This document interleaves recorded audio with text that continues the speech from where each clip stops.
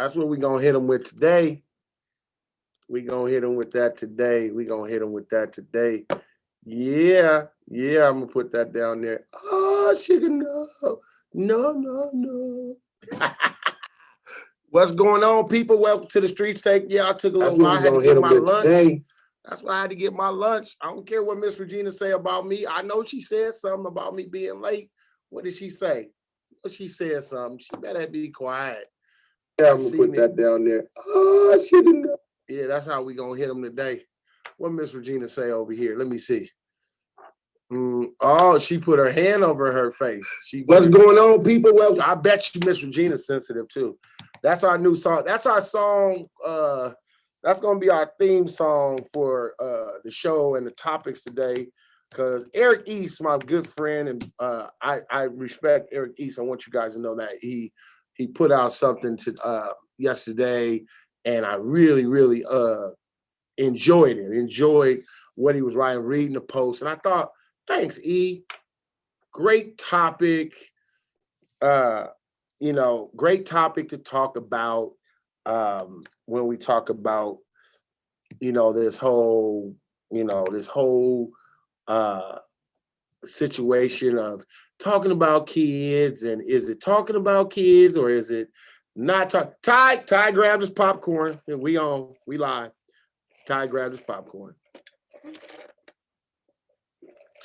And so I pose a question. Let me get my other screen because I have to have my other screen going.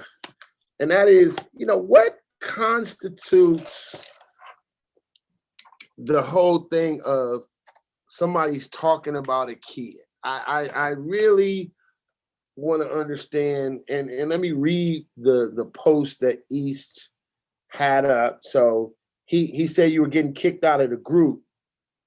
If you are, and I want Eric East, if he has the opportunity to come on, definitely come on and really explain that, because this is his page, and I really appreciate. And I think he said Trolls.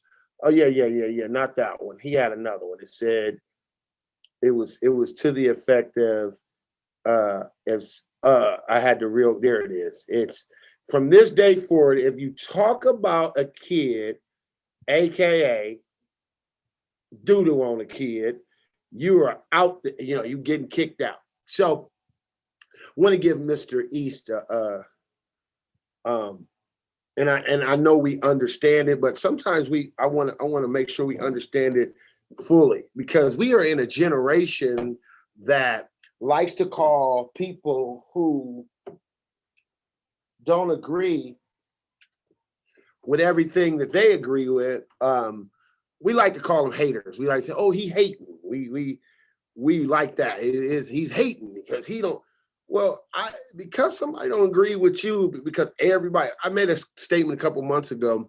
I was putting out a poll, and we do this on the Street Tape. This is our deal. It ain't no holding back. We gonna talk about it for real. We family, we brothers. We gonna do it. We're not gonna do like Stephen A. We're not buck dancing. We gonna just say it. I made the comment of, do we have any hard hitters? And do we known of people being hard hitters and this and that? I'm like, in my era, there was, Sean Miller, from the time we were youth all the way up, everybody in the city in LA knew that Sean Miller would knock your head off. We knew it. Youth football, everybody knew about Sean Miller.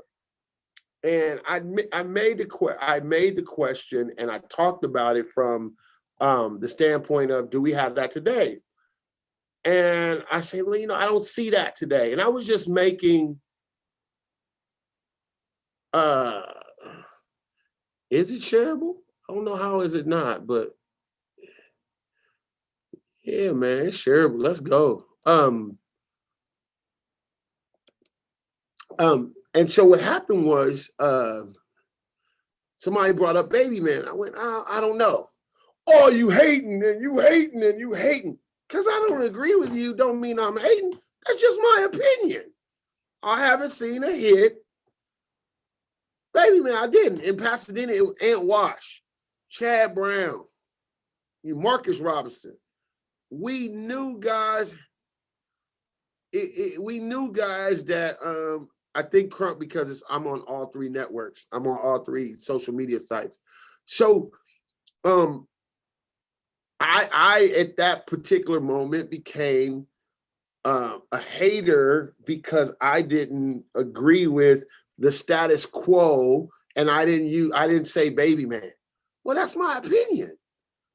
And at that point, I live in Baker. I only seen the clips I've seen. I did see him pick up and slam a kid that was 5'6". Okay, cool. I was just making a point and it became haterism, or you don't like this kid because you didn't say, I don't gotta agree with everything you say. I might, and I've watched this on Sports Unlimited on the page a number of times where you got into the Bryce Young and the DJs and the modern days and the Boscos, and you got fathers that had to come together and show everybody we cool. That's your opinion. Some of you like Dan Marino, somebody like Terry Bradshaw. I'm old. Some of you like, somebody might like Lamar Jackson, somebody might like Russell Wilson. That's just an opinion. But when we get to the kids, I find that everybody, yes, Chris, and Chris is my man on the street. Chris, let me put it in here. You're definitely and always welcome to come on if you're in a good place where you can come on. Let me put it, because I invite anybody who want to come on that wants to talk about this particular topic and has a real say. So Chris, there you go. You can come in and join me. Shut up with that Bradshaw. I don't, nobody in the hood like Bradshaw. No, I was a Cowboy fan and we hated Bradshaw.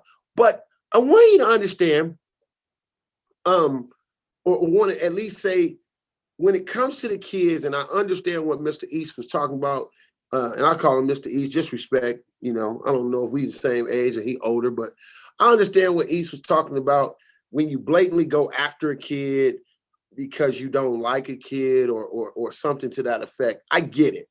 The problem I have is that this is only brought up when somebody doesn't like somebody else, right? Or somebody plays for another 7-on-7 team. We're going to keep it all the way 1,000. So, and as I was talking to somebody, I was talking to a coach. He's at the University of Oklahoma now, and I brought this up many times. I think it's because I am on I'm on all three sites. It won't let me do that, East. But I want to make sure you get invited if you can come in. There you go. You're invited to come in, man, because it was you created this topic. But I want to say it really goes without saying that all of us in the 7-on-7 world or youth high school football world of SoCal and me in Bakersfield or whatever it may be, we all run across and know the kids. Me on another end, I run a recruiting service. So there's sometimes I hear stuff from coaches, writers that a lot of people may not be tagging, not be privy to. I tag you, Regina, because if I say I don't like Jaden as a quarterback, I want to know if you're still my friend. I just think Jaden's a great athlete. He can throw the ball, but he's not, Doug Williams. Are you going to hate me now?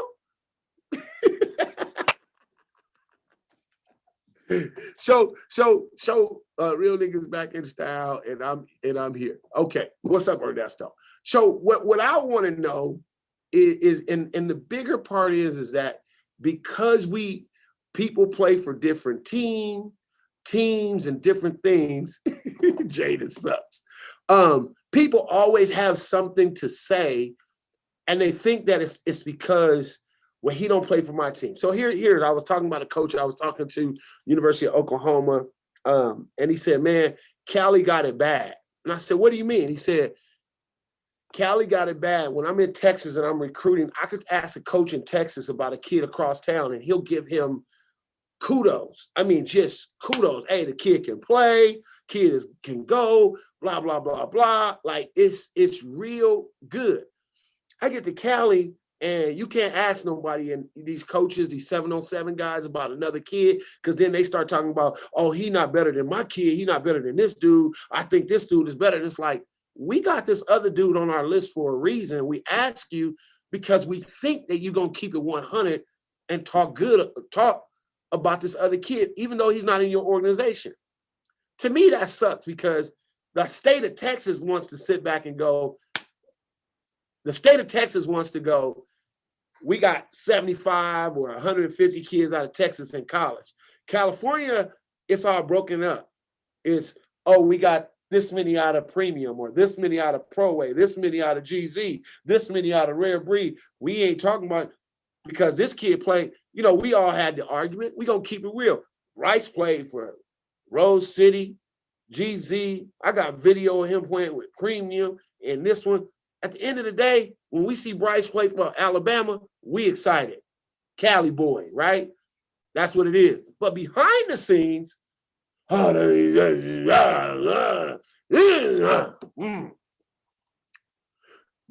the scenes, Jaden played for GZ, but he should have played over here. Then he played with Pro A for a little while. He played with Pro A. So what? I'm excited to see the kid on the cover of the magazine. I can't hate on the kid. I can't say this, that, or nothing. Try with the kid. Because what happens is everybody wants to say how much they know Jaden and they know Bryce. Oh, yeah, that's the homie. I know the daddy. And, you know, because we floss in LA. Y'all floss. Y'all, oh, that's the homie and woo-woo. But over here, I don't think he really 6 feet. He 5'11". He might be 5'10". Come on, man. We on the streets talk now. We gonna talk about it from the way it really be going down, right? I don't know. Yeah.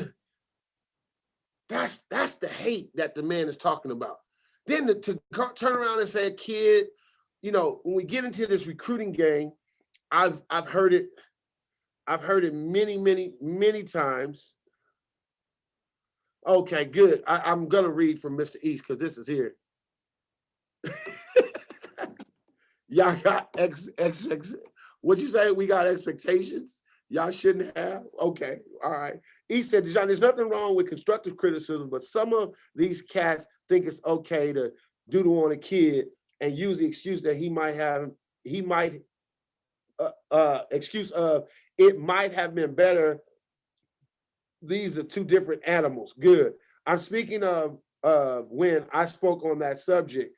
We have too many educated brothers and sisters here to know the difference between doodling on a clear and criticize. You absolutely right, East, and that's what I mean. I'm bringing it from this angle because I want people to understand they do know the difference when they are. They know the difference when you are hating, and when you are criticizing a kid.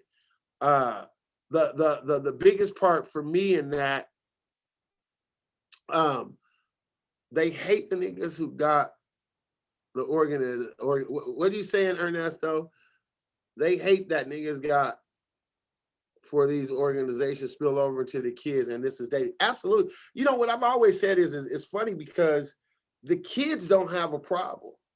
It's the parents. It's the parents. It's the parents who actually are and I was gonna bring this up.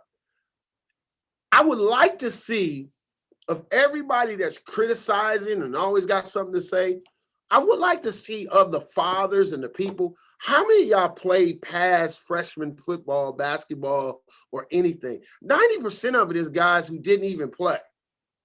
They don't say nothing about my kid. So what I want to share with you is, as Mr. East just said, the difference between doodling on a kid and criticize. Here's an example. I think I made a comment again. I'm so safe using me. I made a comment again. I thought that I thought that Bryce Young was I'm gonna use Bryce. Love him, great kid. I said, man, I'm worried about Alabama. You guys know I was West Coast to the most. I don't want him to leave. I want him to stay. Go to Oregon, go to Boise. I said something like Boise, and it was like, you're blasphemy. You're saying Bryce should go to Boise.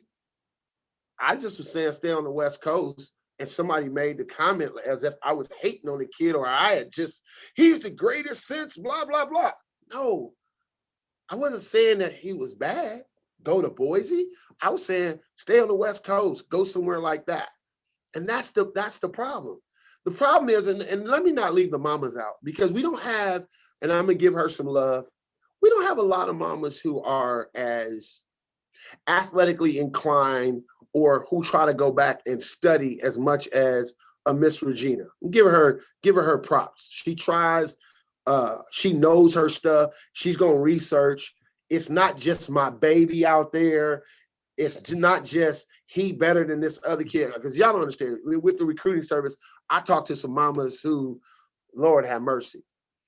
So for the most part, the advantage of these mothers who like her, who go and do the research, they get it. They understand. Do they get on your nerves sometimes? Absolutely.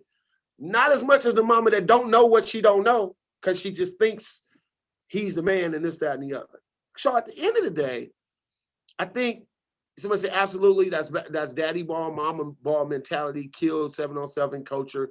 And that's but the problem is the quote unquote mentors, the quote unquote, because I'm never calling you a handler because I don't like it. Street agent, don't like it. The guy that's supposed to be mentoring, who actually played the game, when you respect the game and the player, you can say, dude's a baller, bottom line. And you're not going to hate, because the kids are down. When they get it from you. I've been in situations where I know kids and I know their parents run me down. They run me down, the parents, because I've never had a problem with the kid. So when you run into the kid and the kid be like, hey, what's up? That's because somebody in their house is running their mouth and they upset with me or the coach or somebody. And now you're like, what's going on with the kid? Because I ain't never, but because you said, he need to work on top end speed.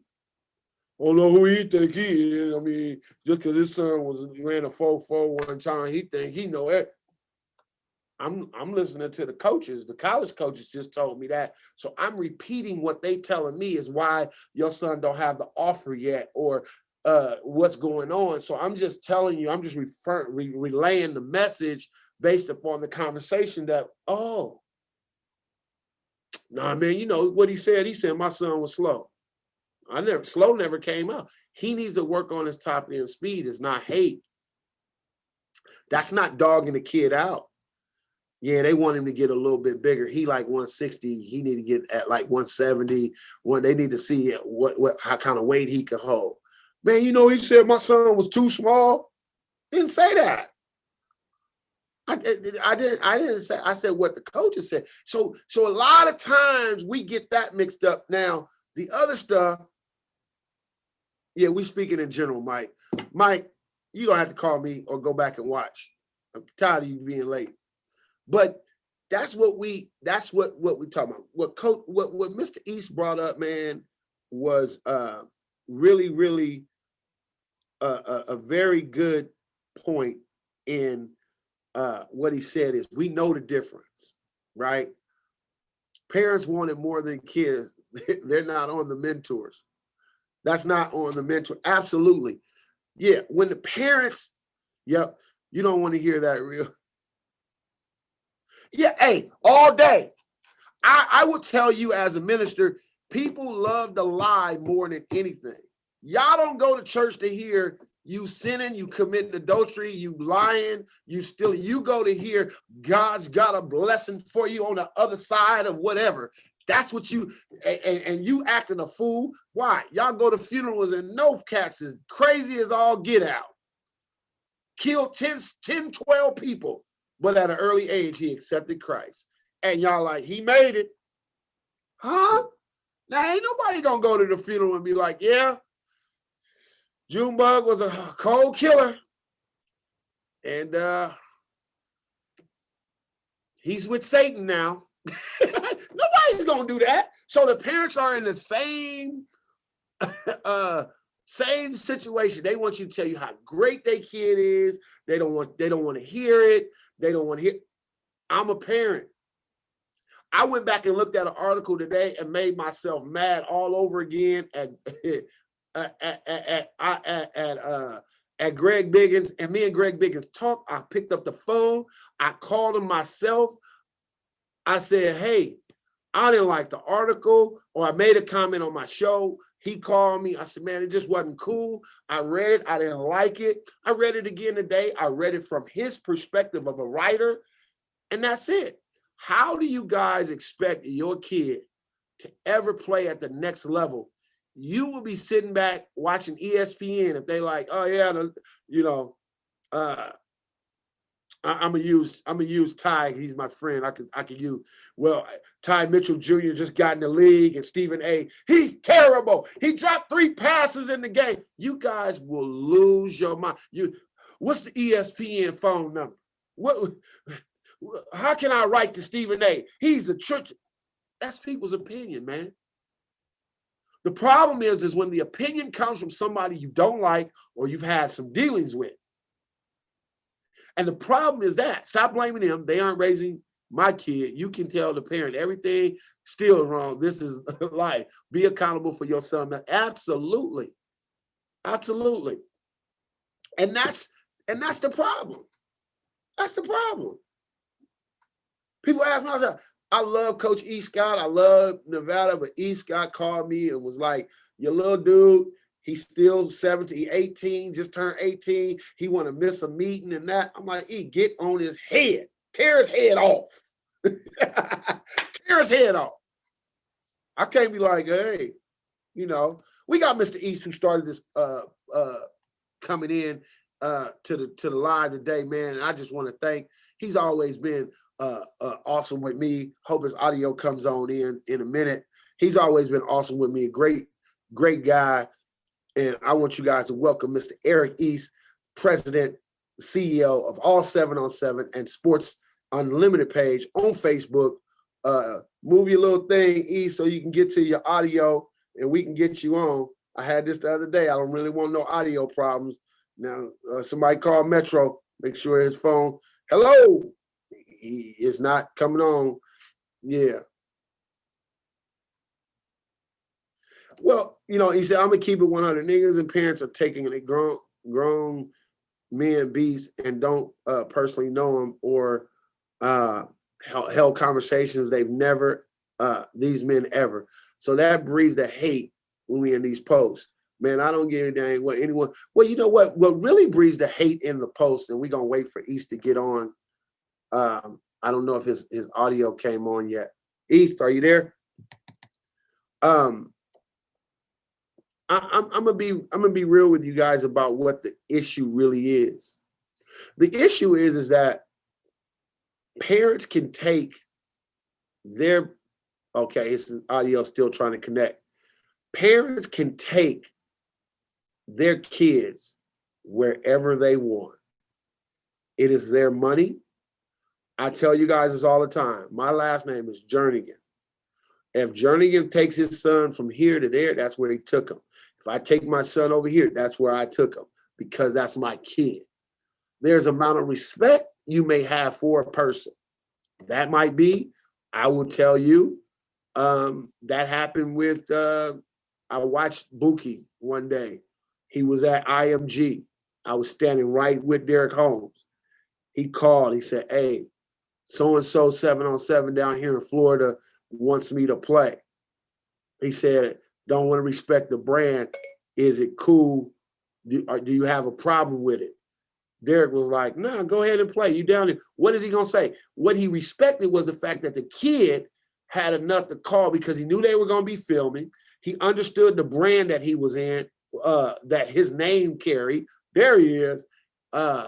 He understood that, and he felt like calling the kid, right? I mean, he felt like he should call Derek.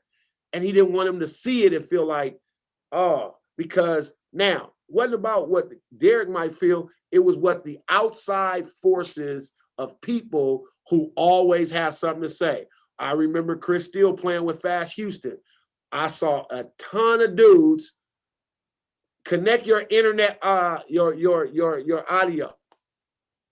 I saw a ton of dudes go right to the East page and start posting. Chris Steele play with Fast Houston. Chris Steele play with Fast Houston, and Chris Steele don't play with Pro A no more. Y'all was worse than some women in a beauty shop. Yeah, it was crazy. And by the time we got it, it was like, hey, he just wanted to play with them and blah, blah, blah. And it was what it was. And at the end of the day, nobody has ownership of any of these kids. East, somebody help East, tell East, nobody has ownership of anybody's kids at all.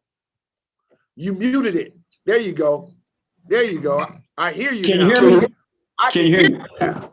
Man, hey, it's like the man, he died today. What's his name? He's saying, I can see clearly now and the rain is gone. But, so East, I want you to be able to go in. Happy to have you on. I was trying to call you before. I got a new phone. I was trying to call you before to say, can you come on? And then I was like, man, I ain't got the number. So I'm glad you on here. And then go in my messenger and put your number in there for me, because I stepped my game up. I got an iPhone now, so I'm making it. I'm making it. So go in about your post, because you can better explain it. I was just trying to piggyback and go there. So go ahead, man. I'm gonna let you. Can you hear me clearly? Yes, I can hear you clearly. Okay, my post that I made in our group, that I stated that we would no longer allow people to shit on kids, got taken out of proportion by a bunch of immaturity, first of all. Absolutely. It's a difference between saying things to help get a kid better, tell them I don't like their technique, that I don't like their mechanics, or things like that.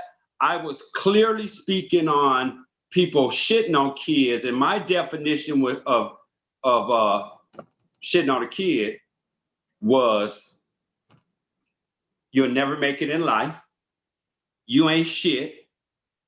You ain't going to college unless your daddy pay for it. Okay? Got it. I was clearly speaking on, and I'm only using Hawk as one of them examples. It wasn't directed at Hawkins, okay? Right. Just because I've gotten several calls and asked me and no, it was not directed at him.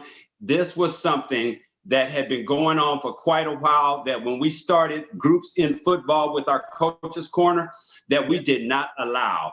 There is a difference between saying things, if you don't like something about a kid's technique or something that they're doing, then breaking their spirits, when we are all here to make sure that these kids have something to do so they don't get caught up and die in the streets and end up with life in prison, okay?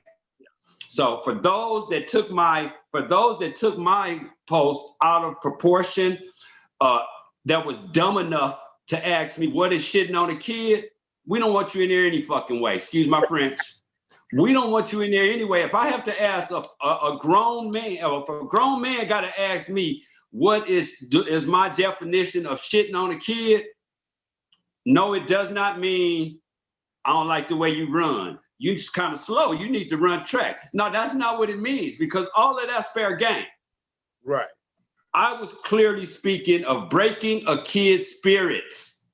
So let me say this to you, East, because I actually like what you said, but I want to bring clarity to it as well. So when people ask that question, I think, and I'm a Bible man, so I'm going to use this just in this context, that every man should be able to give a reasonable answer for the hope that lies within him. That totally basically states that there should be a reason for a reason. And you don't have to give a reason. It's your page. It's what you're saying that you did. And you did. This is why we like you, and we love, and we miss P3. We miss P because you guys keep it 100. You ain't scared about saying anything. You just said it. People called you and said, was that directed towards Hawk? Well, everybody that was on the page the week prior saw what was being said. So, why call you and stir the pot? That's the bigger problem. You got grown people calling and stirring the pot.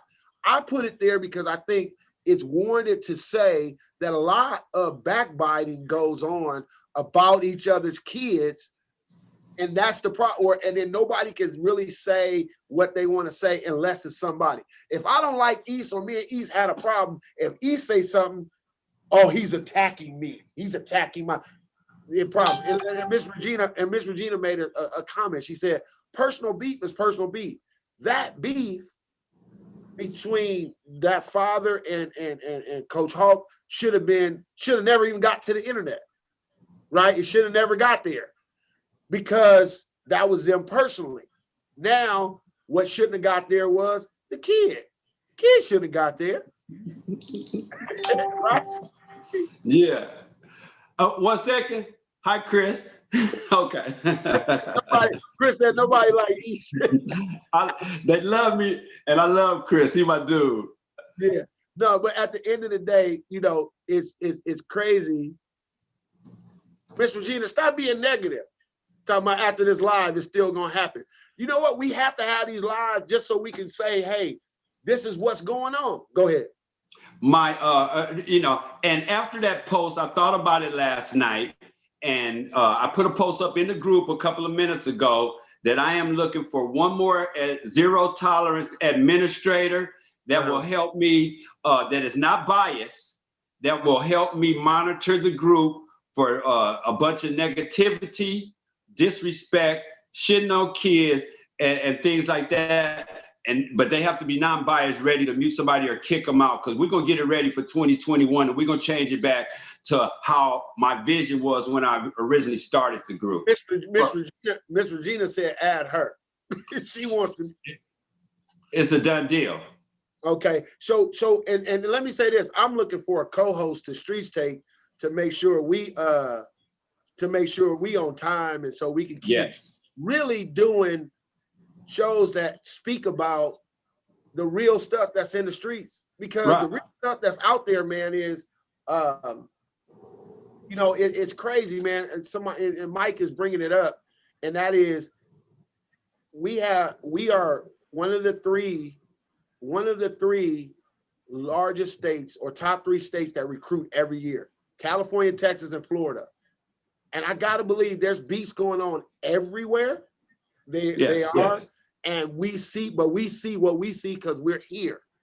But something about Cali, man, we Black brothers in Cali, we just don't got something. We got something against each other that is just, it's sickening, bro. It's sickening. It's too many chiefs and not enough Indians. Yeah. Well, Miss Regina, is she talking about being added? Is she asking to be added? Delete and move on. No, this will never stop. She said, and after that, add me. Okay, I will add you. I think she was asked. If she's asking that, I'm gonna put it in here. Bam. Wait, why my name in this? Hawkins just got on. No, Hawk. Can I just tell, Hawk, I made a post and a few people hit me and asked me, was it directed at you? And I told them, no kind of way. Hawk is my dude. If I had something directed at Hawk, I'm mad enough to call him. We got each other on speed dial. It was not, I was just saying that my name, but her post was not about Hawk. Right. It was in general respect for the kids. You know, after going through what we went through last week when we lost Jordan, okay? You hear me? Yeah. I just been on I don't have a dog in this race. I'm here for the kids, no matter what a person think about me. They don't have to like it, but they're gonna respect, but from this point on, they're gonna respect my group or they can bounce. Hey, and we gonna talk about that, because I think that's the bigger picture that I think Kyrie Crump had brought up about kids in the street and what we doing. Like, hey man, again, it's a lot of people, that watch and deal with stuff. So that's all. Miss Regina has joined us, and with no filters, her dimples are shining, her face looks like it's glowing. I don't know if are you with child or something? You look good, girl. What's going on? What the hell? Hold on. Jesus Christ. Hey, Miss Regina. The way, is that a new car or something? The way the sun shining in. Car, God. The way the sun is shining in. I never knew. I knew you had dimples. I didn't know they was that deep. cute. My God. Okay, anyways, let's get back to topic. So the problem is, I'm gonna tell you the problem. No adult should care what any person has say about their kid. I don't care. Jaden sucks. And I'm gonna tell you, half of y'all in this group and said it. I don't care. Because you know what? No one pays my bills, no one pays for Jaden's. And guess what? I love the hate and we fuel by it.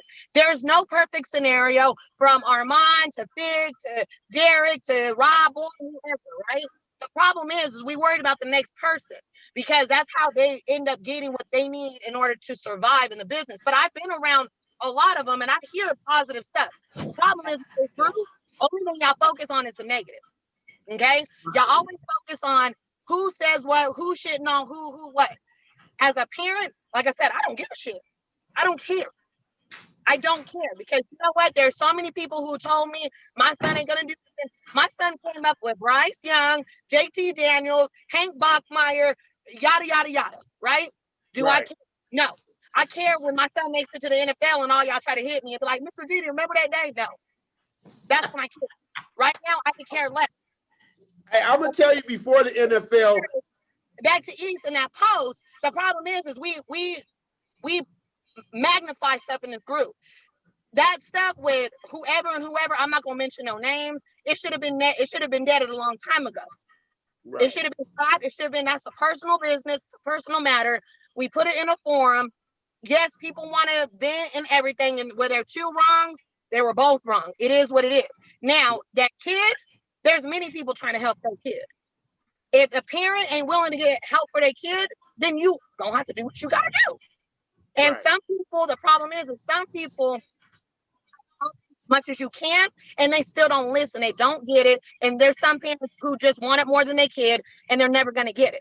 So you can't blame that on you, Dejan. You can't blame that on Fig. You can't blame that on Armand. You can't blame them. You cannot blame them. Some parents just don't want to be helped. So therefore, we love to magnify it in this group, though, and that's the problem. I told Eve, add me as an admin. Add me as an admin, and half this stuff won't even pop up because of the fact I don't agree with half of it. Now, there's stuff that whatever, but when you start talking about a kid personally, the kid shouldn't even be involved. But we shouldn't be sensitive as adults because you know what? If we're sensitive in this group, the real world is 10 times worse. And we're raising weak kids. We're raising weak kids that when these and your inbox goes up and you got fans telling you suck and I hate you and I wish you're dead and get real quick because that's what goes on with these at the next level. And when it gets to the NFL, it's even. So again, what are we raising? We're raising weak people and we want to blame everybody. Everything that's been happening, like I said, parents need to be accountable for parents. Yeah. The mentors can only help. But again, if a mentor is not getting any pushback from a parent, because I've been around several of them and heard several conversations, and they ask for the real. Everybody wants the real feedback, but when you give it to them, they quit. It starts with you looking at yourself in the mirror. Yep. What is really going on? And that's the problem in these groups, and that's the problem in life. And I'm sorry to say it, but that's the problem in life. We always look for a scapegoat instead of looking and say, you know what, maybe my son is. But you can't be sorry. You can't be sorry, Miss Regina, for telling the truth. Your phone breaking up, sweetie. You can't be sorry for telling the truth. At the end of the day, I mean, she's spot on. You can't blame, nobody wants to hear the truth because when I tell somebody, we give ratings in my company. When you come in here and you pay, we say, hey, right now, your kid is probably an NAIA Division III guy. I wanted this and I wanted that. People don't want to hear that. They want to hear Pac-12 and they want to pick, and the quote of the day, yes, Akili, is that we're raising weak kids. East, amazing post, man. Amazing post to be able to go, and that's it. And Regina, your phone, are you there? Yeah, her phone went out. She'll come back it'll come back. But that's there you go. But that's the biggest problem, Regina. You said it. The new millennial, and I'm tired of people saying this. New millennials can't take it New millennial parents can't take it. It ain't about the kids and take it when you take it. When you go sit in the room and say, son, you might have to play in Nebraska at the D2. Get your degree, have a plan, yada, yada, yada. The problem is nobody wants to say that. Nobody wants to say, you don't know. I sat down with Steve. I met him. We talked about it. And that man, as I said, like anybody else, Armand's my friend. I sat down with that guy. That guy's like anybody on this feed right now. He wants to help his son. He wants to see his son play. At the end of the day, ain't nobody, as I told people before, God dang it, if I was on the Titanic and the ship was going down, who you think I'm saving first? Mine. I'm taking care of mine. I like yours. I bless him. But if it comes down to yours and mine, I'm helping mine. And if I can come back and get yours and the ship ain't all the way down, I'm going to grab it. At the end of the day, a lot of people are blaming the new millennial kids. It's the new millennial parents as well, because you can handicap that kid, one, by not telling them the truth. Two, we all get caught up. East, me and you, I was talking to you about recruiting last year. I was talking to Chris Forrest. I was talking to everybody. I got sucked in because now it's my son. It's not the service. It's my son, right? we was dealing with, hey, why? What part of you, like you want to help your kid come to you and he doing everything he's supposed to do as a parent, bro. You want to give your kid the best opportunity. I watched you and me and you talk. It wasn't nothing against Derek. It wasn't nothing against nobody. It was flat out, hey, I'm trying to find something for my son. And if it can happen over here, that's where I'm going. That's what I'm going to do. Right? So at the end of the day, man, that's the problem. You know, my daddy used to say, some of y'all got champagne taste and beer money. You know what I mean? Y'all got beer money with champagne taste.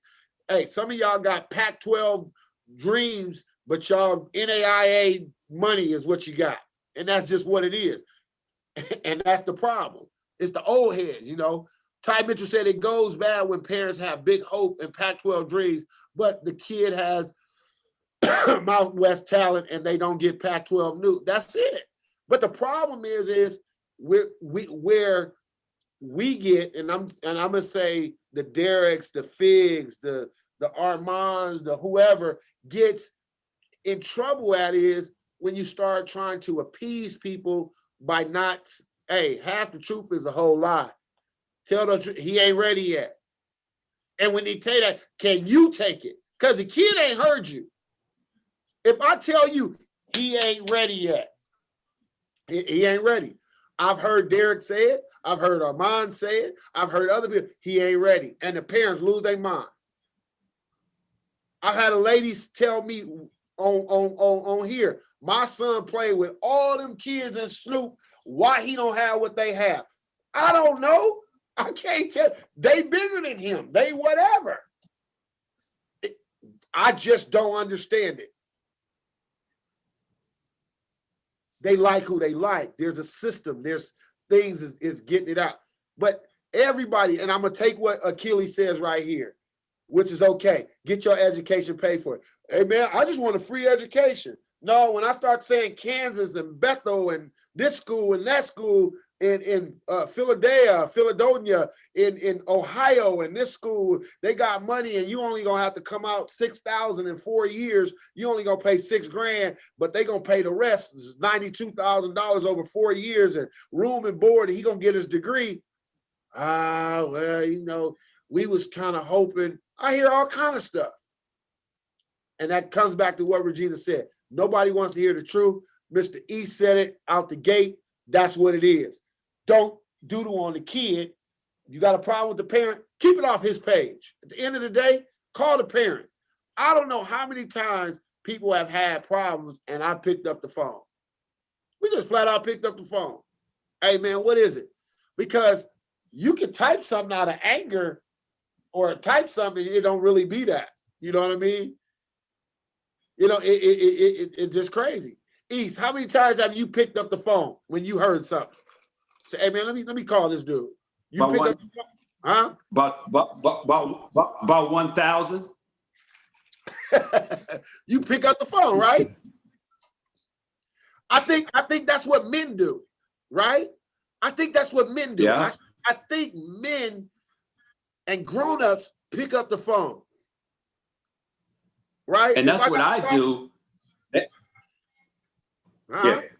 No, you said that's what you do. And I was saying that's what I do, because I come from a space that I feel that I can call anybody, because just because one person don't like you don't mean that I don't have to like you. Right. Okay.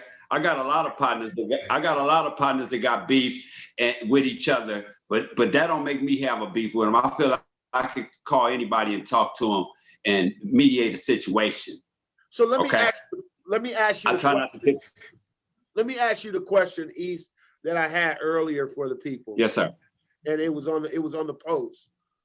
Who can critique your kid and who can't? Who can and who can't? Is there anybody Who that can? Who can? I would say for me, speaking from me, I would say coaches can and I can't.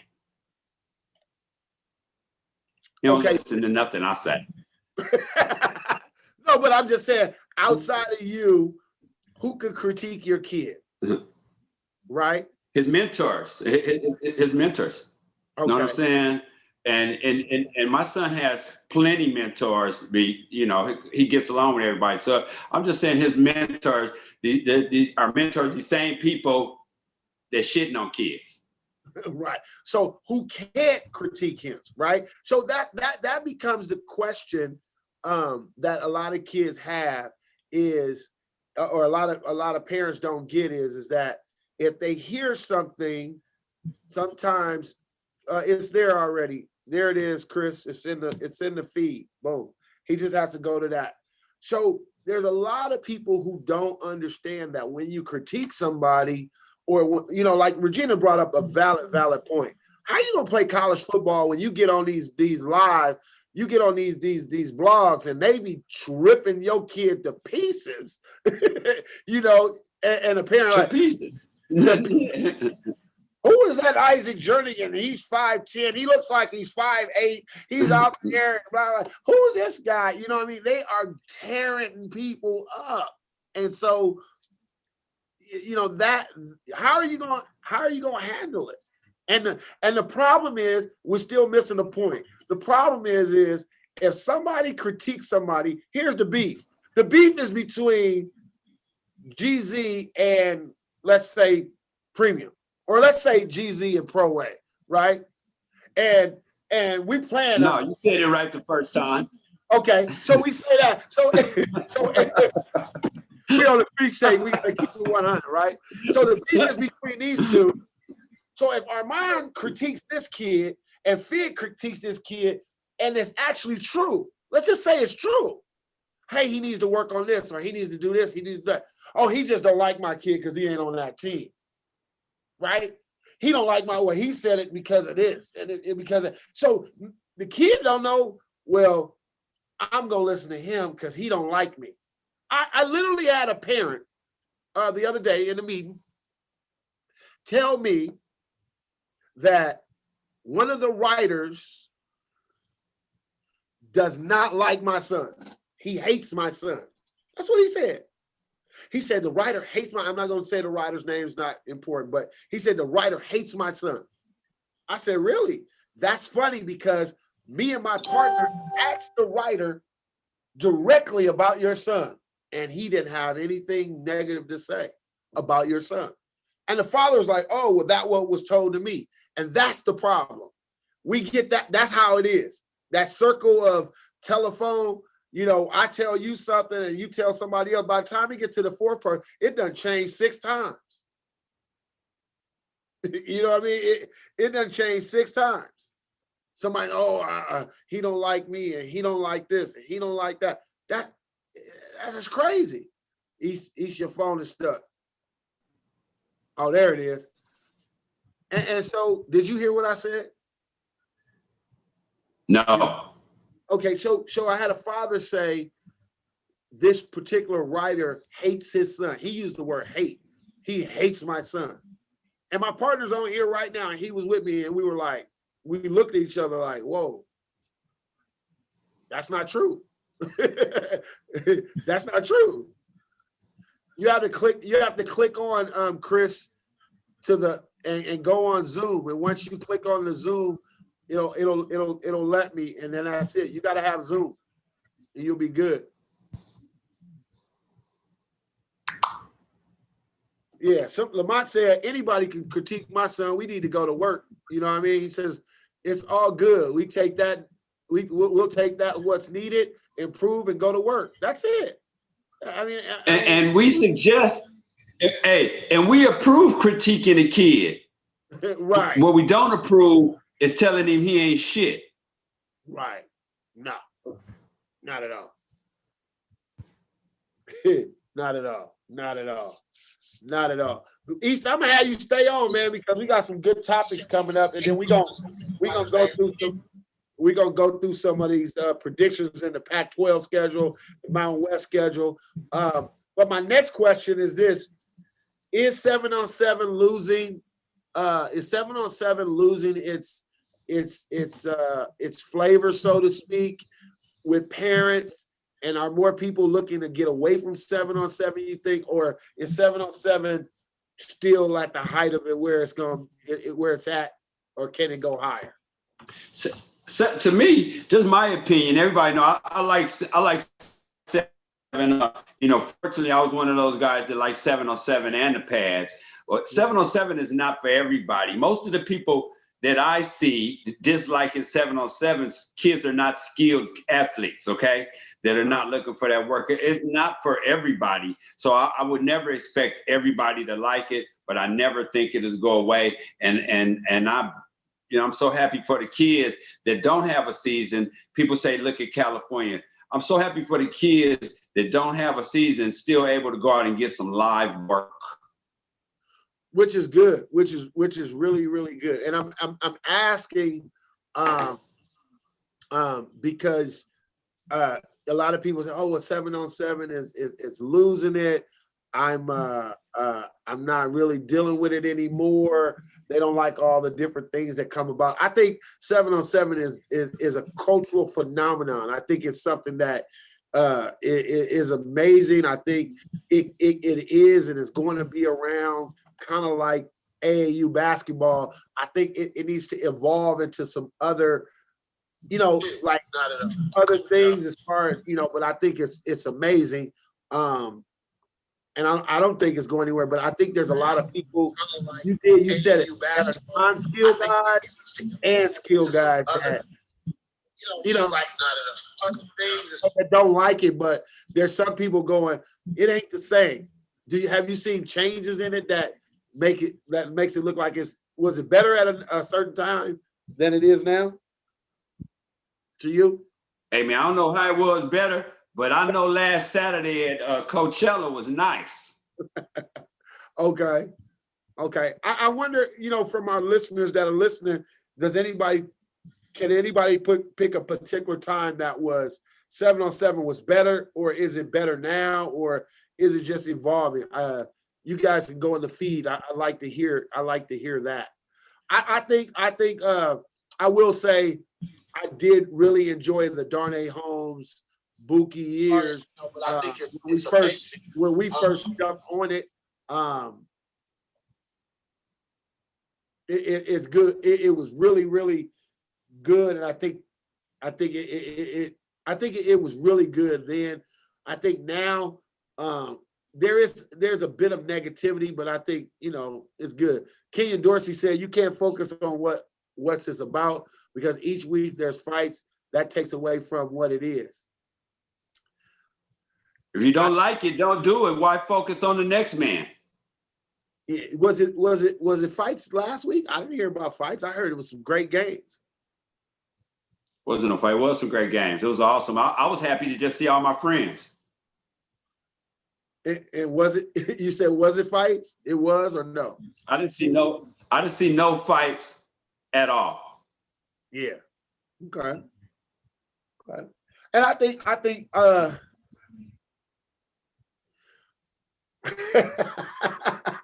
Ty said now 7-on-7 is about creating super teams. Everything is about creating a super team. Everything. Hey, if you ain't winning, well, if you you ain't ain't nothing. yeah, if you ain't trying to win. Hey, I want to beat you. I want to beat you in marbles. I don't care what we playing. You know what I'm saying? Nobody remembers second. Yeah. Ernesto said now one fight in Coachella. Claude said no fights. Anthony Brown said I did. I don't know what fight he saw. No, it was one kid. One kid socked up one of his teammates and they kicked him out, and he's done with 7-on-7 for the year. That's where the player card. That's where the player card comes in at. Okay. I want to bring that up. I want to bring that up. Okay. One kid got into a fight with his teammate.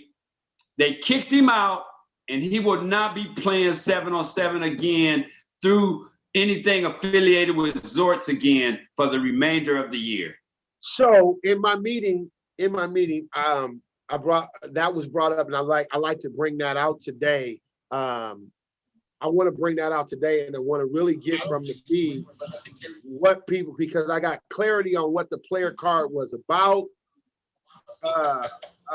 and what it's actually going to do. And that's why I asked the question, where's 7-on-7 going? Is it losing it? I think it's becoming more of a structured thing with what Zorts is doing. So I want to East bring that out about that player card. That player card, which was told to me, was that each kid will sign up and have a player card, and it will have a code of conduct in which they will sign. And if a kid has a fight and does something with the code of conduct, any of that, will be kicked out and will not be able to play in a Zort-sponsored event ever again. They're done. Now, Zorts is part of Pylon, Passing Down, which means that kid would be done their entire high school career. If that would be 9th, 10th grade, they wouldn't be able to play 7-on-7 ever again. I don't know if it's for the career or for the year. I don't have the clarity on that right there. Okay, so they would be, so either way, they would be done for the year if they have a fight and they have that player's card. And then next coming from the player card, he says there's a coaching card that's going to come, and it's going to be like a 3 strikes rule as well, which I thought, for me, I thought, you know what, that brings some structure to it, you know, like AAU. You know, I'm a basketball guy. Yeah. When I went to basketball tournaments, AAU tournaments, there's so many college coaches and people there, and these kids are trying to get recruited.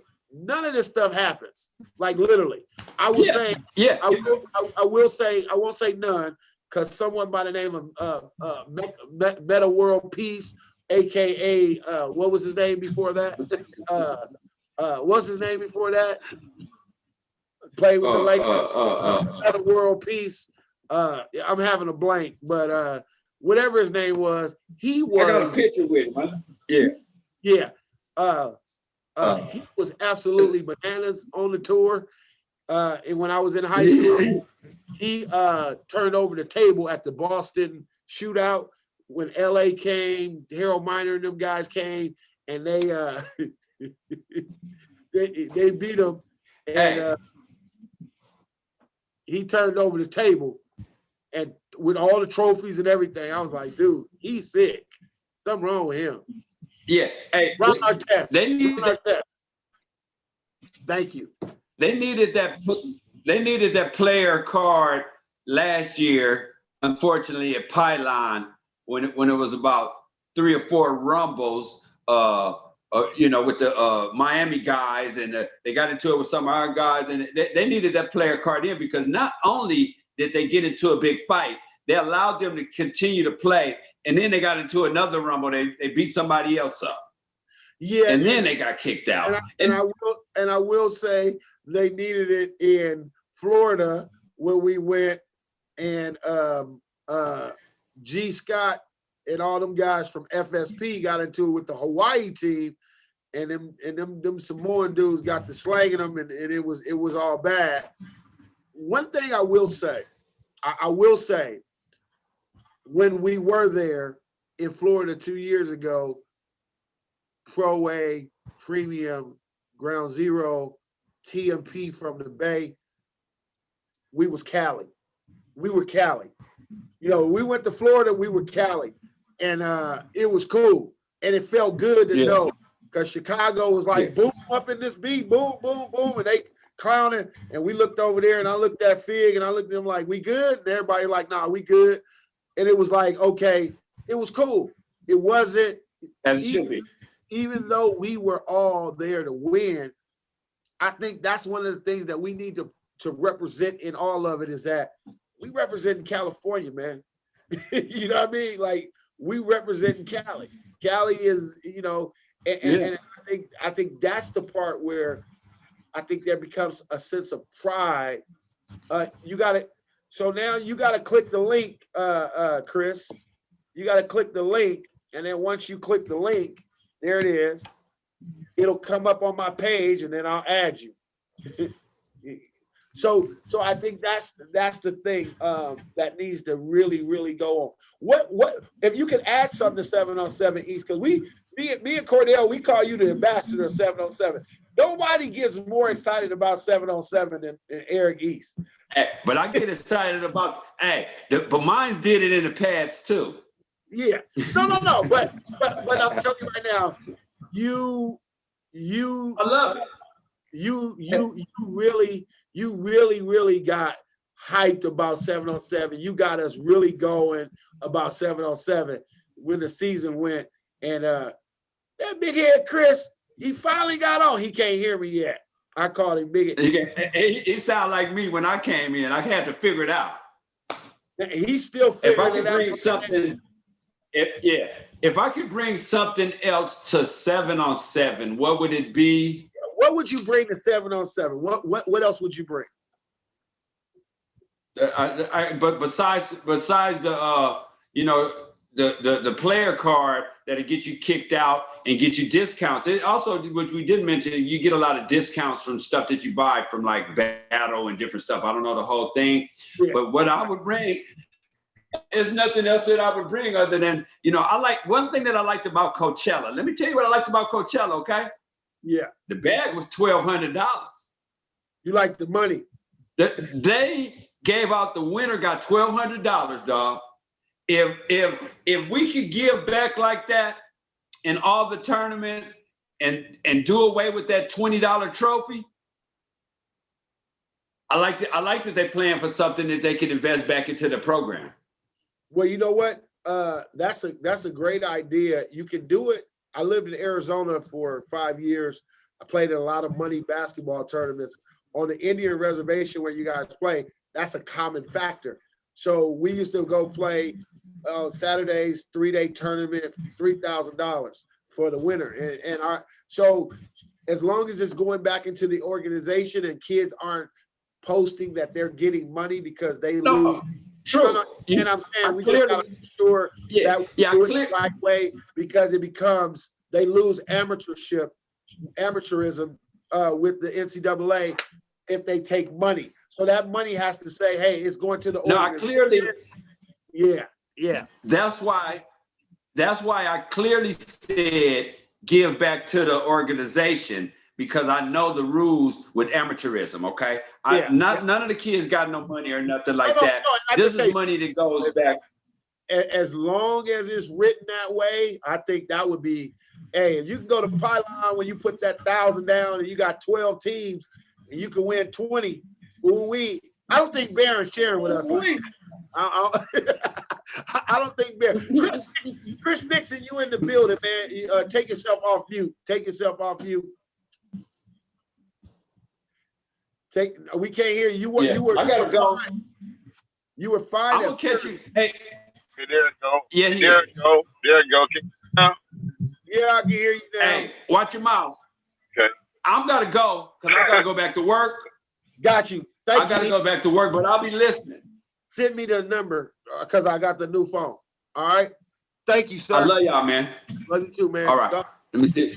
He's in the building. The 7-on-7 ambassador, president, guru. We gonna call him all of those things because East gets it cracking. I mean, he makes sure everybody know what they know about 7-on-7, and man, he gets it done. And I really appreciate him getting on today.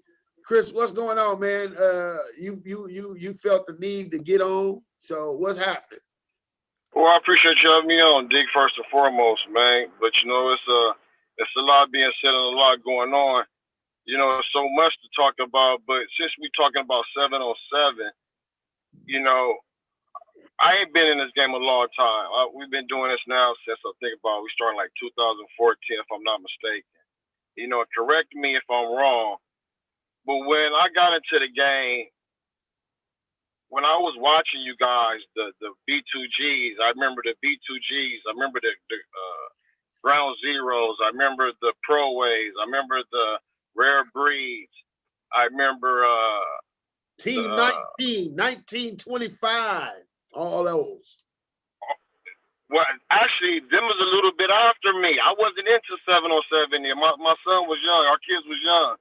So we didn't get into 7-on-7 until about around 2014. You know, our kids was like 10. So when I started seeing these videos and knowing that actually we did a tournament at B2G, true story, beat the shit out of B2G for 2 days and 3 games. You wouldn't hear about it. And I didn't even know they had a video about it. I seen a video years later. I'm like, oh shit, we was actually in that motherfucking tournament. I was so wow. So I started looking at videos and seeing how much interest this 7-on-7 has. You know what I'm saying? With all these videos and this under the radar stuff and blah, blah, blah.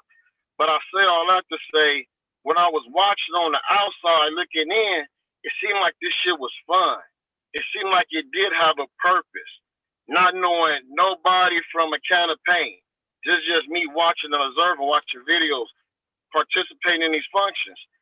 So fast forward to years present day, and what I see what's happening with these fightings and the disrespect of how the game is being played in terms of in the whistle, out the whistle, I just would have never thought that this how it really was when I was really watching it before I even got into the game.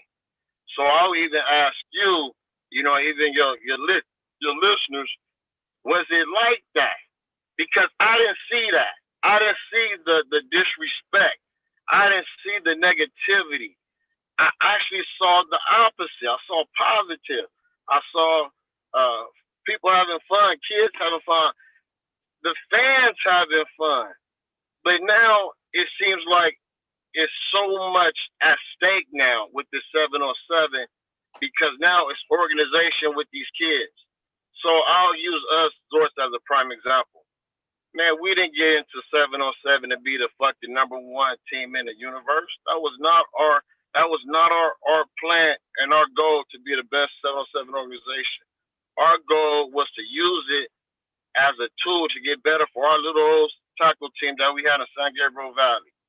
And which was a good opportunity for our kids was that we get to play against the Larrys, the inner city kids, rather you might say, even though I'm an inner city guy, even though my kid is an inner city kid.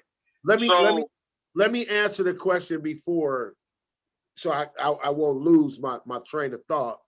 I got ADHD, so I want to make sure. Hey man, we getting up there in age, man. So I want to say it's always been this competitive. It always has. I think the stakes, and I think it's the stakes have risen. You have two trains of thought, and I get it from the recruiting side. You get a whole bunch of college coaches that like to lie and say they don't use 7-on-7 as a form of recruiting, which is not true, right? We don't look at 7-on-7. Well, kind of ironic that it's during the spring.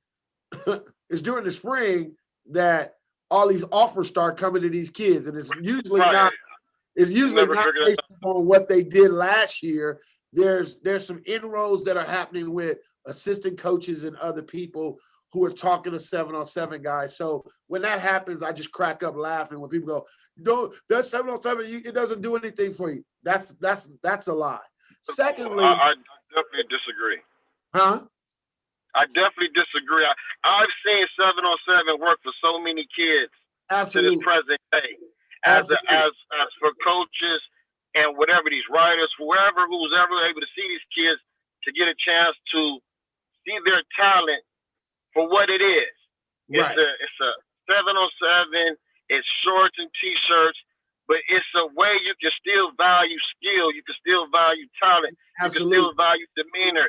You can still value attitude.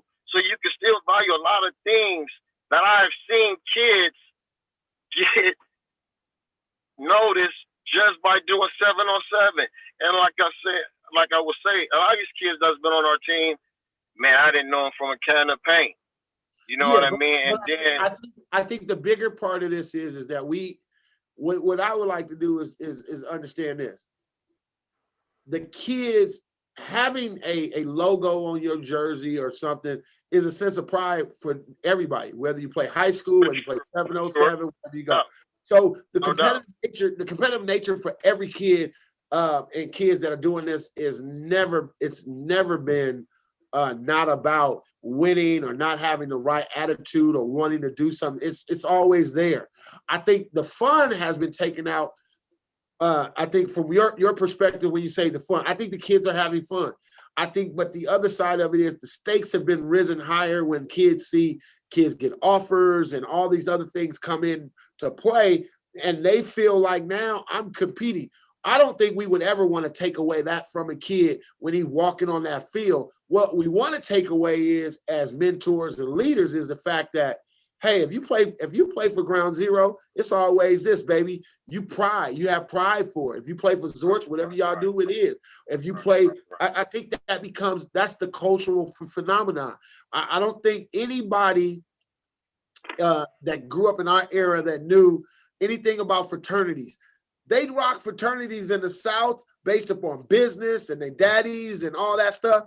Well, hey, brothers in the West rock fraternities because in a certain way, almost like it was almost gang culture. I had a dude that was a Kappa run up on me because I was driving my boy's car that had the Kappa license plate on it.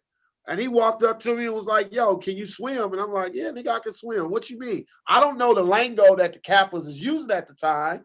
And I'm like, "What you mean?" He like, he give me the Noop sign and all that. I said, "Oh, bro, that's my brother. That's my boy." Oh, he said, "Oh, I saw you drive up." But it's a sense of pride. So you're not going to take that away from a GZ kid, a Pro A kid, a Zorch kid, that pride is what you're instilling in them, that when they get on the field, that's what they're supposed to have. The problem is that when you have the outside stuff that's going on, man, half these kids don't know. Some of these kids don't know, I just want to play. I mean, my son's 19 years old. His phone broke the other day. He hit me in mom's. "Hey, my phone broke, blah, blah, blah. My scholarship check I got to move." "Hey, what you going to get?" "Definitely going to get another iPhone upgrade, whatever, $400. I literally had to call him and remind him that, hey, money don't grow on trees, right? But his deal was, my point is that he called home and he called us because that was where his help is. Do you know 90% of these kids, and they don't know what their parents done paid for 7-on-7 or a recruiting service. They just know mom and dad is trying to help me, and they going out here trying to play. All that other stuff is going again back to the parents and the arguments that they having and what's going on. Now it trickles down in here. And then certain things are said and things are done that probably shouldn't be done. But on the level of 7-on-7, man, I think it's fun. I like. I wanted to hear what people might have thought about the player card and all that. I think bringing that structure to it is amazing. Man, how can structure be bad? So here's where it becomes bad, and I would just tell you, it becomes bad. And nothing against Mr. Steve or whatever. but it comes bad when we always have to have somebody else come and put a structure in on us. Oh, I can feel that, and I even take it from there. Why does somebody else have to come in and put a player card? Why can't we just tell our kids, you off the field, you ain't nobody, you fighting, you done for the year? Why does somebody else have to do it and do it? That's when it's bad. When we can't police ourselves and our own community and our own kids and do it, and we allow somebody else, like I said, somebody else come in and put a fee on it and put a structure to it that now we got to adhere to, and then go, hey, it's a good thing. Then there we go again. We become controlled by the system in which somebody does something, and that's when it's bad, because if anybody should be getting the $6 or whatever it is, it should be the people in the community who've been doing it with the kids in the first place. But I can't take away from this genius. We didn't do it. You didn't think about it. You didn't police it. So guess what? Break bread with your $6. Sign up for your player card. There it is. Now you ask why, D. Now I know exactly where you're getting at with that. Like you said, the white man had to come in and police the brother, the black man's, right? Yep. Now I tell Hawkins all the time. I said, Hawk, I did 4 years at Bourbon fucking Day as the Nickerson Gardens as my backyard. So I know exactly about struggle. I know about poverty. I done seen it all and done it all. So my point is this. Coming from that all-boys school ran by a lot of white people, some Mexicans. We had a couple of black teachers, cool black teachers, some black that came back. But to be an inner city private Catholic school in Watts, California was powerful at the time when I was coming up. My role models, my big brothers, like you were saying, having pride, whether it's Kappa, whether it's Crenshaw, whether it's Dorsey, whether it's Modern Day, whether it's Sarah. You have pride in something when something is doing something right. You don't have pride in trash. You don't have pride when something is negative. You don't be screaming, oh, you killed 1,000 people. Oh, I done robbed 1 million guys. But you will shout to the highest tops, hey, I helped 1 million people. I give you a prime example. Rest that kid's soul in peace, man. Jordan Patterson. I fed that kid before. I dropped that kid off at home before, but you wouldn't know that. Nobody would know that. And so when I heard that story, that kid being killed, which we all probably have had. We all have had. I've had a friend being killed. Ziegler, 13 years old. My coach Walker, Isaac Walker's pops, that's in this group. God bless him. Used to tell Ziegler and us, Ziegler, you keep down this road, you end up dead or in jail within a year. Within a fucking year. Within 4 months, he was dead, D. Wow. He's dead. So these are bigger pictures that I look at shit to where this bullshit about all this bullshit y'all going through in this group, I actually wish, Dick, I never met you slap dick fuckers. Excuse my French. Because I enjoyed myself with my little Swords kids, my little Mexicans, my little half-breeds, my little Asian kids. We'd come, we'd compete, whether we win, lose, we'd go have our lunch. Me and Steve would talk about how can we get better, how can we improve the kids, and we'd be at another tournament next week trying to do the same thing. And I should have listened to this one dude. He said, man, this group is a motherfucker, man. Do you want that? I said, man, I'm not tripping on none of that shit, man. And what for sure, he was so for sure damn right. This group is bullshit, whether you like it or not.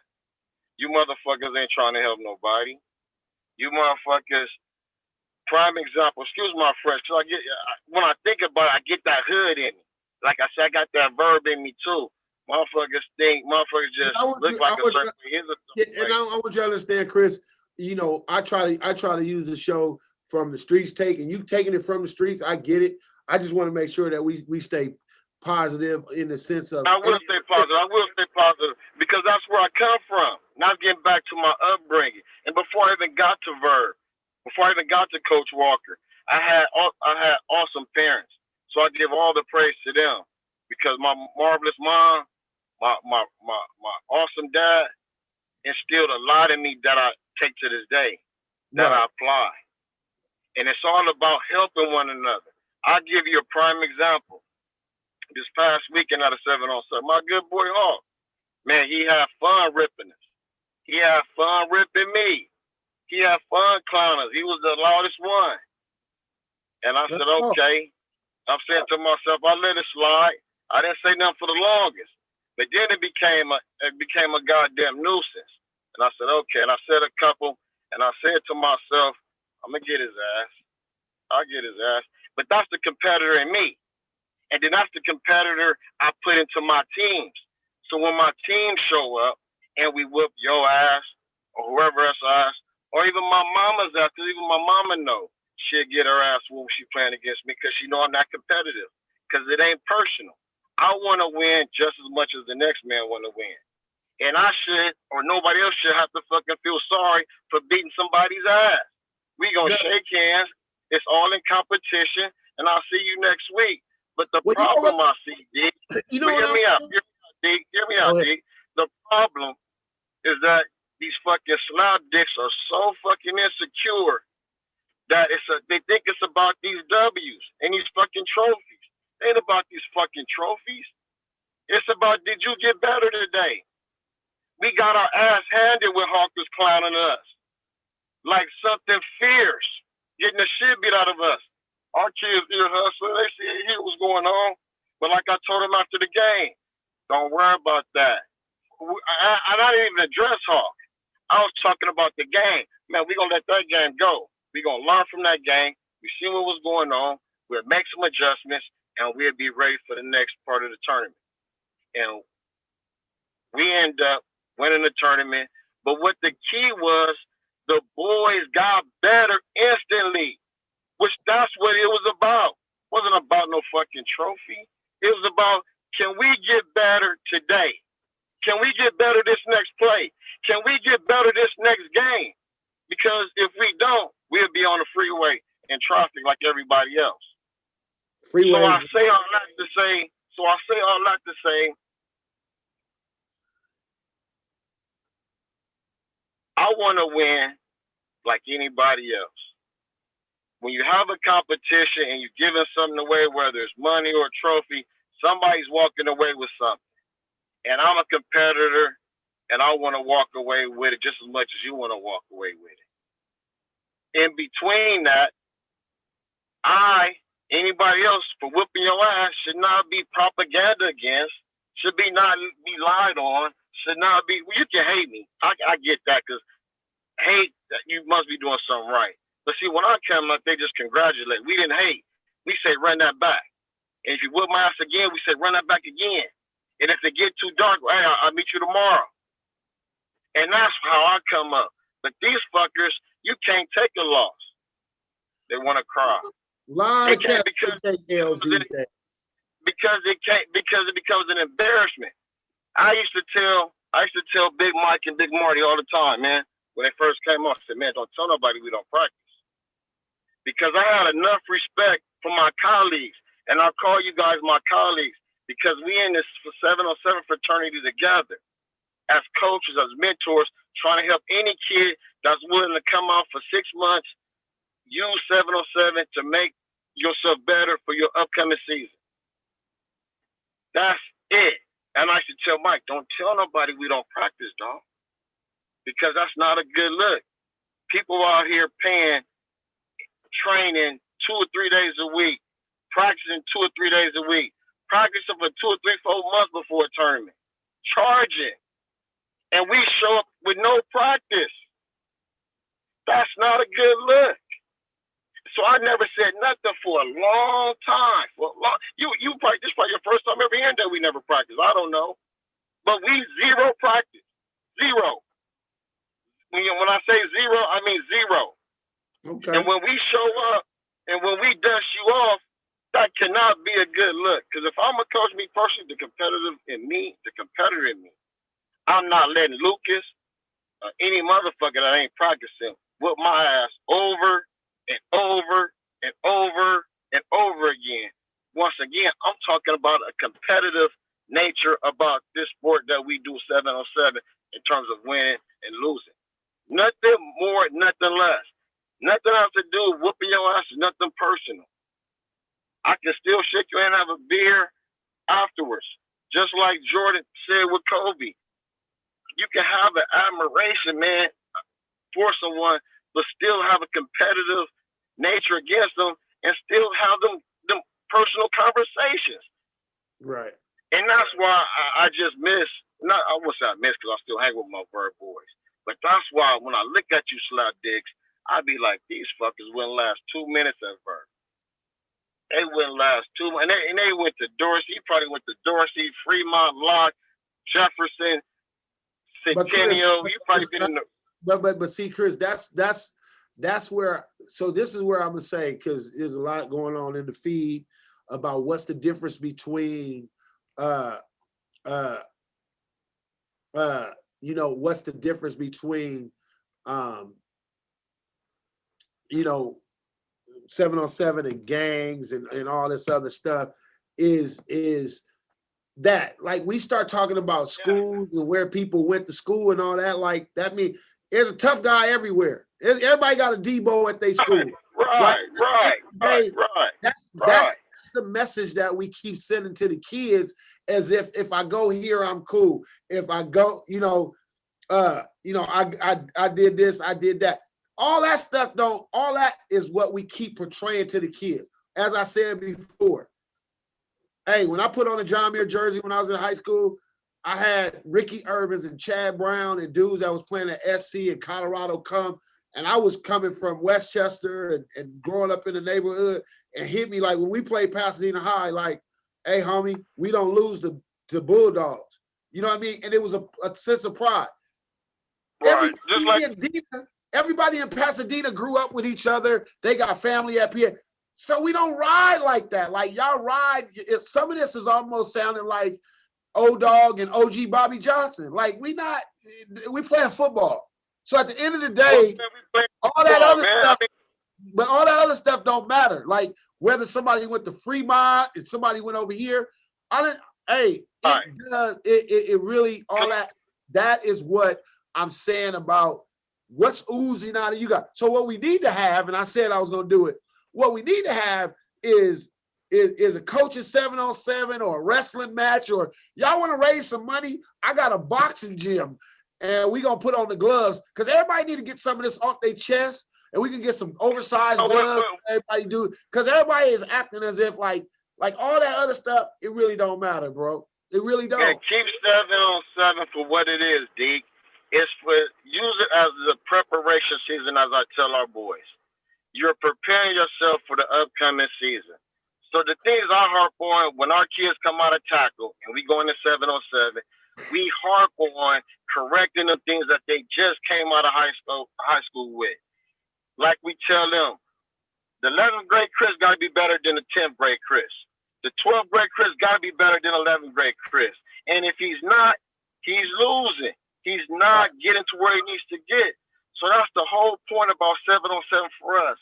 It's a great opportunity to work on your skills, especially for skilled guys. I don't know about I played in the Watch Summer Games.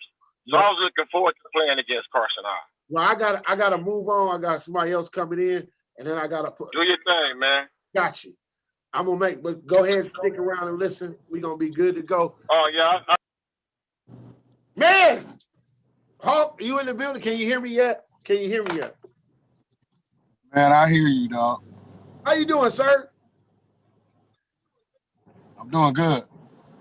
You're looking good, man. We ain't chopped it up. We ain't chopped it up in a while. Well, we did a couple weeks ago. I called you with E. Scott, and we just had a conversation. So, Hulk, where you seem to be the topic of conversation. It's never, and you weren't the topic today. Today was when the definition of talking bad on a kid and all that stuff. So I love for you, and I'm gonna give me 2 seconds. I love for you because it's always great for people to be able to speak for themselves other than other people talk. I'm like this, Obama ain't said nothing since he left office and he get talked about more than anybody. So here's your opportunity to just, say what's on your heart. Just listening to this bullshit, and I'm trying to figure out, we talking about this and that, and white men, police, and the black people. Who's the white man, first of all? There's police and the black man. Well, my point is that now we have a player's card, and Zorts is going to have Zorts, whoever owns Zorts, right? So my point is that shouldn't have to happen if we take care of our own. That was my point. My point is that is a police. That's a money grab, D. That's a money grab, homie. That's $6. And as a people, we don't even get it. That's $6 that's taken every time we do all of this and register these kids. We're paying $6 for them kids to play to Zorts. So why they don't give a damn about who playing tournaments, because the last 3 tournaments we went to, kids had to get a player's card. They didn't even check the player's card when we went to register and sign and put the kids on the field. So let me ask you a question. It's something new, right? It's very new. So if it's very new, it's new. It's a money. It's a hustle. I ain't mad at them. No, what I'm saying is new. So now, as you get 7-on-7, we just now coming back into tournaments. I guess there's a deal that's going to be done with Pylon and other people. So as we get back into regular stuff, maybe they check it differently. I don't know. I'm just saying, we looking at it. I use the term as not so much a money grab, but as a way of policing. I think structure is great. I think all these fights, my very first, I'm going to remind you, my very first Vegas Pylon trip, one of your Ground Zero dudes knocked the dude out. The very first time, I was like, and I didn't know if I wanted my kids to play because I couldn't handle it. Somebody knocked my son out. And I remember we were at the Orleans Hotel and y'all was checking in. You had about 15 teams and your top team, dude, flinched off the line, and your GZ dude floored him, and his daddy came and picked him up and was like, man, what's going on?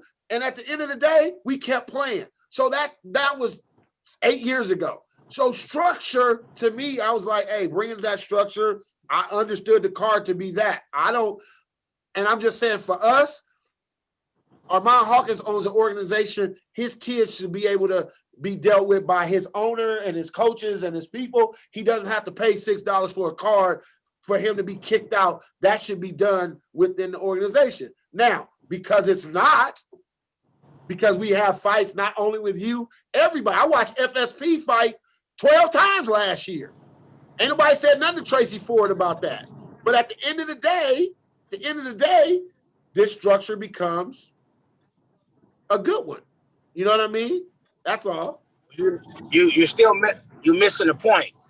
It's not about structure. If you got a player's card and all these parents are signing up paying $6, and the player's card is useless because they're not looking at the player's card when you enrolling in the tournament or when you're doing everything, and they not checking that, right? And everybody is just signing a waiver, then all that is $6 down the drain. Now you do $6 times every team times every player. Now let's get smart about some shit. You do $6 times. Just say Ground Zero, we got 157 kids times 6. Math ain't never been home. Right? So why we do this math? Why didn't we come up with it? And why don't we have a player's card that we charge $6 for? Add $6 to your fee. Because that ain't my thing. But player's card, my job ain't to add player's card. My personal job is to get kids to college. Right? I got the best trainer in the world. I don't even venture on that side of the earth. I got the baddest dude around. Period. He trained all the kids from every team. All the top kids from every team. Okay. Right? I understand what's going on right now. The reason why people look at animosity is because somebody go back and forth on Facebook arguing about this, arguing about that. But at the end of the day, man, the young cat want to be me. Everybody want to be Hulk. Everybody can't be Hulk. Because I started this shit a long time ago. My numbers is immaculate. Right? My numbers is immaculate. Homie, it's undisputed. But I look up and I respect the young brothers that want to be Hulk. You know what I mean? They want to shit like Hulk. They want to walk like Hulk. They want to talk like Hulk. Period. I get it. I get it. But you can't never be Hulk until Hulk decide to step down from this damn high-ass plateau I'm on. Until I decide to walk down the mountain, you still gonna be at the lower end of the mountain. It ain't no Batman and Robin. It ain't no this and that. It's Hulk and then the rest. Period. Wow. Point blank. Next closest one, D. Holmes. I'm just keeping it real. I'm tired of holding back. And everybody think, oh, Hulk beefing with this dude or beefing. I don't gotta beef with nobody. Why I gotta beef? My organization always. Hulk, let me tell you something, Hulk, because I love you and I know you believe the scripture. The Bible says, humble yourself under the mighty hand of God that he may exalt you in due time. He also said, pride comes before a fall, Hulk. You all of that. He said all of that. He said all of that. I endorse this message. You gotta you got to make sure that you understand that God is the baddest on the highest throne. You want to be second, you can be second. I don't mind being second, but in the 707 shit, I'm first. Period. And who don't like it, keep arguing on Facebook. That shit don't bother me. I have fun with that shit. I like looking and laughing at that shit. I have fun with that shit because at the end of the day, my pockets is fat. I got houses, plural, and I'm straight. All my kids in college, kids going to college. What can I say? Well, I will say I am the writer and producer, creator of a show that when I went and pitched it, I pitched your name. I said, he is reality show ready. The circuit with Ground Zero, Premium, Pro-Way, you the man. And as soon as they call us back when we get going, you will be a reality star as well. Cause you ready, man. You ready, you the dude. But remember this, I'm the star. There is no co-stars besides Anthony Brown. We the co-stars together. I already talked to Ant. I sent y'all the message. Y'all said go with it. So we good. Right. But then somebody who wanna be me said no, they didn't want to do it. That's fine. We'll go ahead and hit Netflix and we'll be fine. We'll be good. Don't worry about that. But we gonna be okay. Now, man, this shit is fun, Dick. If you can't have fun with this shit, man, you really shouldn't be in it, bro. On some real shit. You can't have fun doing this and helping kids. Yeah. Hawk phone went out for a second. It went out. It went out for a second, Hawk. You'll come back. Yep.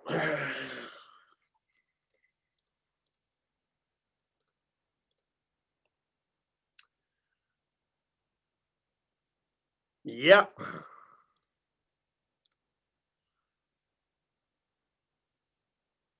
Hello. All right. So Hawk went out. I told y'all pride comes before a fall, did I not? God don't like ugly and he ain't too fond of pretty.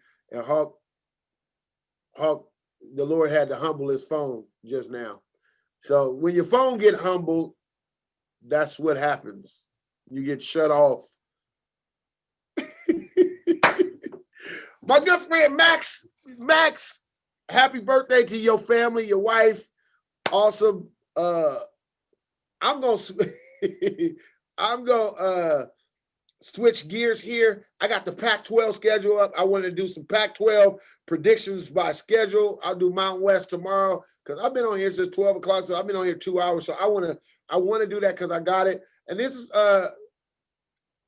yeah, the show got hijacked. I couldn't even get to that, but I'm gonna get to that. For you other parents, I want to make sure you guys know we have a theme song for you when it comes to your kids. It is if you manage a team, you have to try Monday. It is one of the greatest songs that people know about it, but it's a song for you, and we want to make sure you get it. So here it is.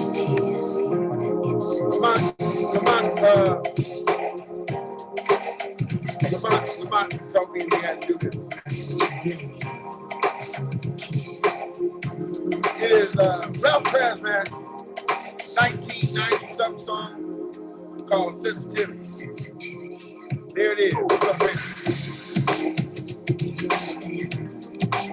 All you sensitive parents out there,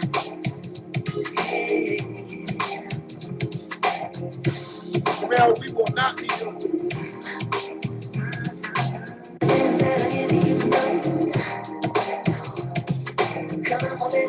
There it is right there. That was Sensitivity by Ralph Tresvant.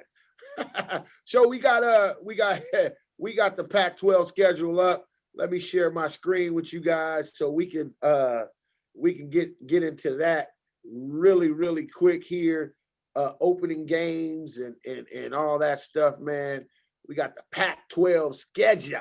There it is up there. And there we go. We're going to open up. Kyrie Crump, you in the building first. We got the Utah Utes against November 7th against the Arizona Wildcats. I am my pick'em today is gonna be real. It's gonna be I don't know, man. I don't know what I'm gonna do, man. I don't know if I'm on. Yeah, there it is right there. Crump gonna be mad at me, man. He gonna be mad at me. I don't know what I'm gonna do, man. I'm gonna pick my games. I'm gonna circle the teams. You guys let me know if you think we got it right, and we'll come back and talk. Utah, did they lose their quarterback?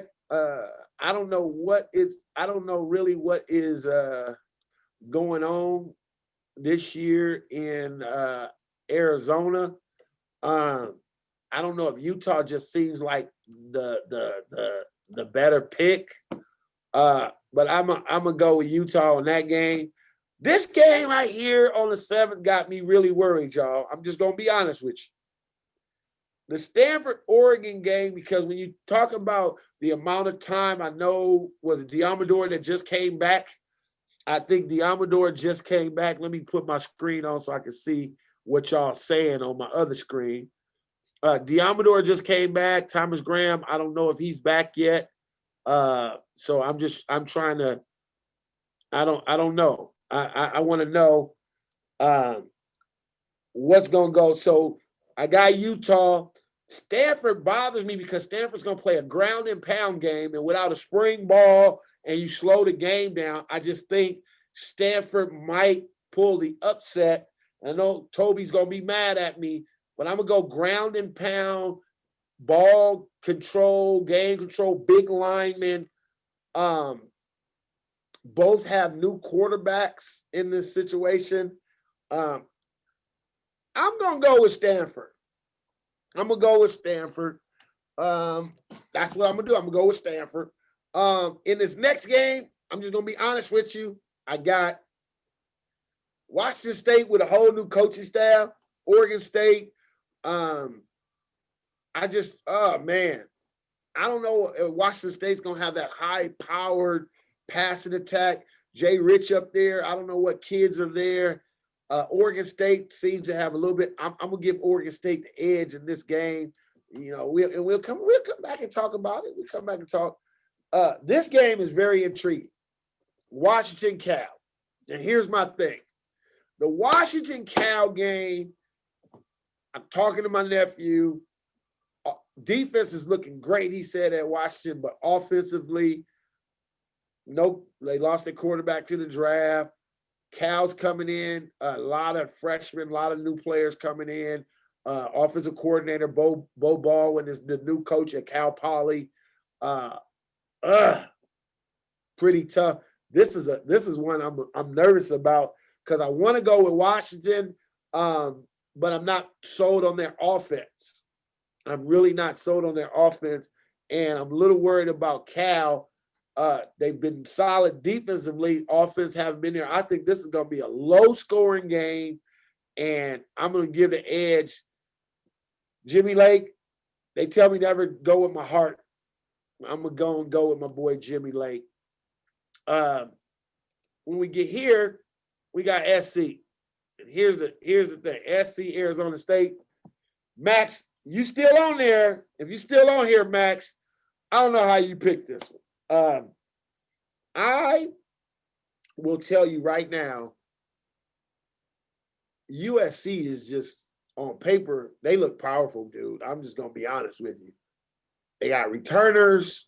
They got guys who were there in a bowl game last year. Everybody picked against them last year. And I don't know. At ASU, you got Jaden. You got a lot of young receivers. I was there early this year in February. They got, Evan Burkhart, new receiver, Johnny Wilson, and Chad, and LV, and talking to Prentice, and he said, man, oh, my God. So this one is going to be really, really tough. But SC, I think, has the edge with the experience of the guys that they have.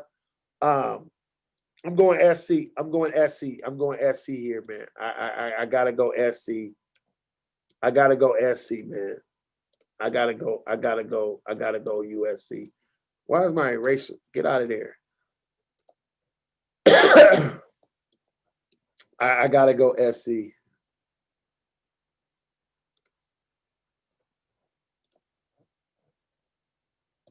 It's not working.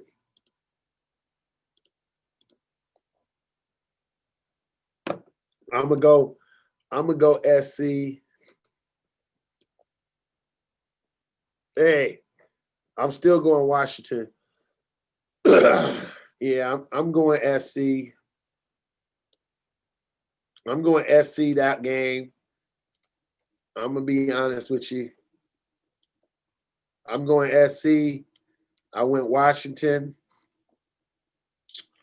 Let me see what's happening here now. Oh, shoot. Y'all saw that. All right. That ain't what's happening here. I'll tell you that right now. Let me get that off. Yeah. So here, I'm sorry, UCLA. I just can't do it.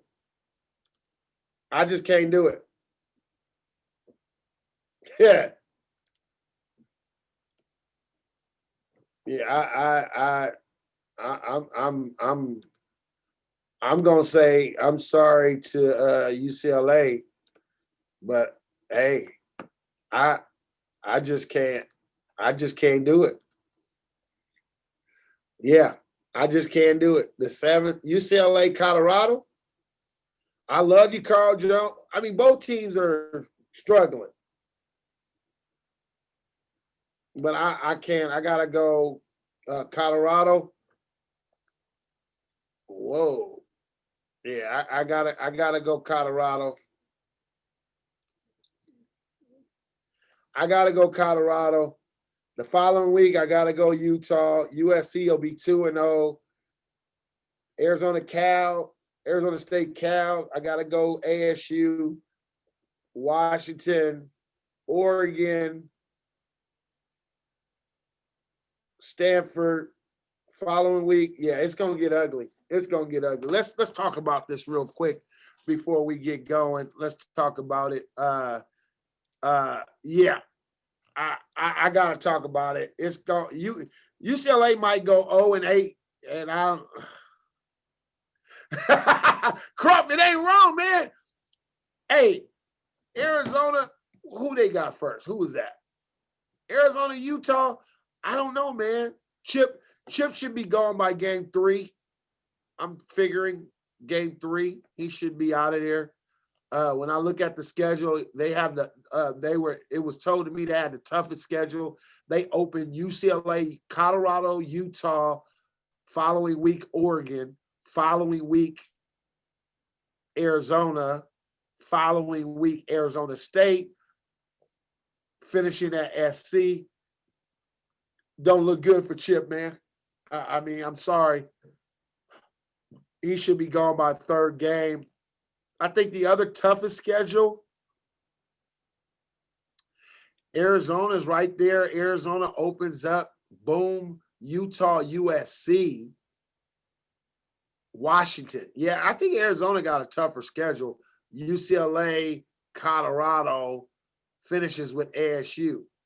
So, yeah, that schedule, Arizona definitely has the toughest schedule, I think. After looking at it, it's not UCLA. It is U of A. You open up with Utah. You come back next week with USC. You come back the following week with Washington. And the following week, UCLA, Colorado, finishing ASU.